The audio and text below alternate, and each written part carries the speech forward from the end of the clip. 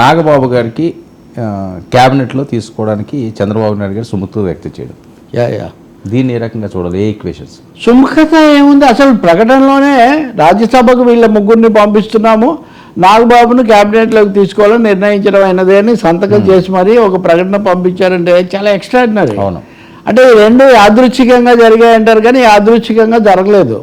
నాగబాబు రాజ్యసభ ఖాయము అది ఇదని మనం చాలాసార్లు మాట్లాడుకున్నది కాస్త రాజ్యసభ మూడై అందులో నాగబాబు పేరు లేనప్పుడు దాన్ని ఏమాత్రం ఎవ్వరూ కనీసమైన సందేహాలకు చర్చలకు ఆస్కారం ఇవ్వకుండా అదే సమయంలో ఆయన మేము క్యాబినెట్కు పంపిస్తున్నాము అనే మెసేజ్ పంపించాలని చంద్రబాబు నాయుడు నిర్ణయించుకుని ఉంటారు. అందుకే అది ఇచ్చారు. దీన్ని ఇంకొంచెం మీరు వెనక్కి వెళ్తే ఒక వారం కిందట ఎప్పుడో కాకినాడ రేషన్ బియ్యం గొడవ ఇదంతా అయిన తర్వాత పవన్ కళ్యాణ్ వెళ్ళి ఉప ముఖ్యమంత్రి వెళ్ళి ముఖ్యమంత్రితో సమావేశం కావటం ఎందుకు అయ్యారో అప్పుడు మనం మాట్లాడాం. అది సుదీర్ఘంగా గంటన్నర 2 గంటలు వాళ్ళు సమావేశం అయ్యారు.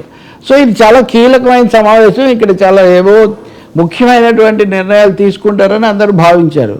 సో ఆ సమావేశంలోనే నాగబాబుకు మంత్రి పదవి ఇవ్వటం గురించి వాళ్ళు ఒక అంగీకారానికి వచ్చినట్టుగా కనిపిస్తుంది. అది నిజం కూడా, అది జరిగింది కూడా అదే. దీనివల్ల ఏమంటే కొంతమంది ఏమో ఇప్పుడు ఉదాహరణకు అంబటి రాంబాబు ఆయన రోజు ఇప్పుడు డైలీ కామెంటరీ పెట్టారు కదా, నాగబాబుకు పదవి రావడం పవన్ కళ్యాణ్కు కొంచెం ఆయన ప్రభ తగ్గడానికి నిదర్శనం అని ఈయన చెప్తున్నాడు. అంటే వాళ్ళే ఇప్పుడు అందరూ కుటుంబంలో వాళ్ళే అయ్యారని అంటున్నారు.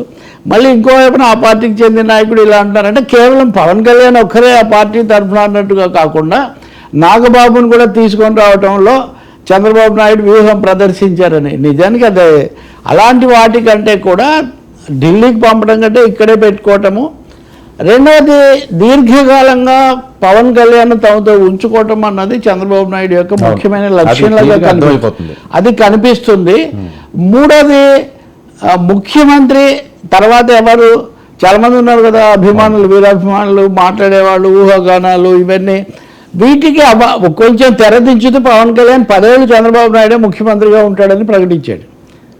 ఇప్పుడు అనుభవం కోసం చంద్రబాబును బలపరిచానని చెప్పిన వ్యక్తి 10 ఏళ్ళు చంద్రబాబే ఉంటాడని చెప్పారు. కాబట్టి చంద్రబాబు పవన్ మధ్యలో జరిగే చర్చలు, పంపకాలు ఇవన్నీ కూడా 10 ఏళ్ళు ఒక దశాబ్ది కోణంలో జరుగుతుంది ఇచ్చిన టైం లాగా అనేది అంతే అలా అర్థమవుతుంది. అందుకని నాగబాబు కూడా ఇందులోకి రావటం సరే ఒకటైతే నిజం కదా, నాగబాబు చాలా రోజుల నుంచి వెయిటింగ్, అనకాపల్లి ఎప్పుడంటే ఆగాడు, మళ్ళీ ఇప్పుడంటే ఆగటము, ఇదంతా దాని బదులు ఇది ఇచ్చినట్టున్నారు.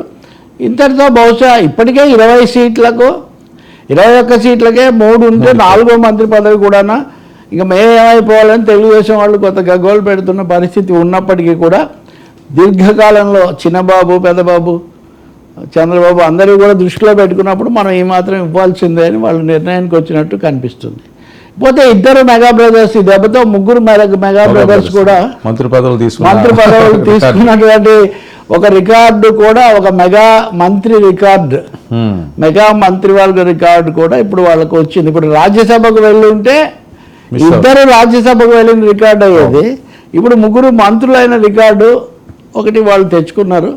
సరే దీని మీద ఎవరేమన్నా ఒకటే కుటుంబంలో పదవులు ఇవ్వటం ఇట్లాంటివి జరుగుతూనే ఉన్నాయి, గతంలో కూడా జరిగాయి. కాబట్టి ఆయన 10 ఏళ్ళ నుంచి ఉన్నాడు, ఎక్కువ అండి నాగబాబు ఉన్నాడు, వాయిస్గా ఉన్నాడు, ఫేస్గా ఉన్నాడు, అండగా ఉన్నాడు.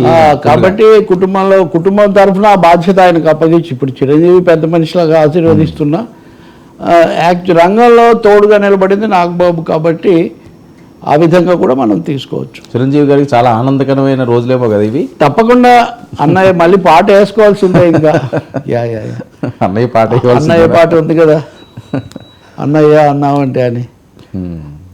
మీరు ఆల్రెడీ స్టోరీ చేసినట్టున్నారు కదా, మెగా కుటుంబంలో వెళ్ళి విరుస్తున్న ఆనందం అదంతా అని.